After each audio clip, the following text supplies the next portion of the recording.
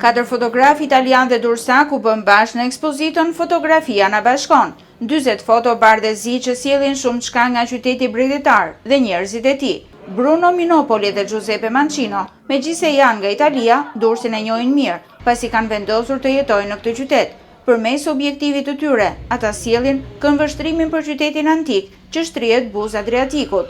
Jo, abito qui in Albania. Unë banoj në Shqipëri për 4 muaj dhe është kënaqësi të bashkosh në një të vetë me jetesën këtu dhe pasionin tim për fotografi. Anche la mia passione della fotografia. Secondo me rappresentano esattamente. Sipas meje, fotografitë dëshmojnë eksaktësisht si është Shqipëria. Mua më pëlqen shumë të fotografoj periferinë, sepse ajo tregon të vërtetën si është një vend. Qendra është gjithnjë vendi më i sistemuar në çdo vend të botës. Ndërkohë, për 2 fotografët e njohur të qytetit, Adnan Beci dhe Grisel Hoxha, kjo ekspozitë kolektive është një dëshmi më shumë me lidhjeve të forta mes 2 vendeve fshinje dhe shkëmbimeve kulturore.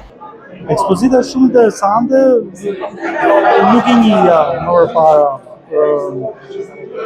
kolegët fotograf italian, shumë interesant. Shumë interesant është dhe këndvështrimi që ata shohin vendin tonë, sidomos qytetin tonë. Sjellim një pjesë të jetës jo vetëm Durrës, por edhe më gjerë nga Shqipëria, disa momente autentike që jo të gjithë i vërejmë i shohim, momente që në jetë përditshme nuk i hasim, por disa po, disa jo. Dhe janë momente shumë domethënëse për të gjithë.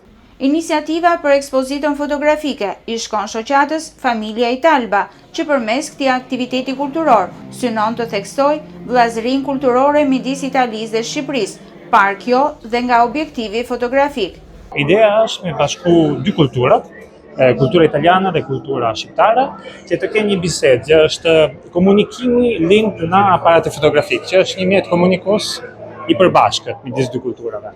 Është një event ku do kemi mundësi me njoft njëri tjetrin, me që komuniteti italian këtu në Shqipëri po bëhet më i fortë. Ekspozita do të qëndrojë hapur deri më datë 25 maj.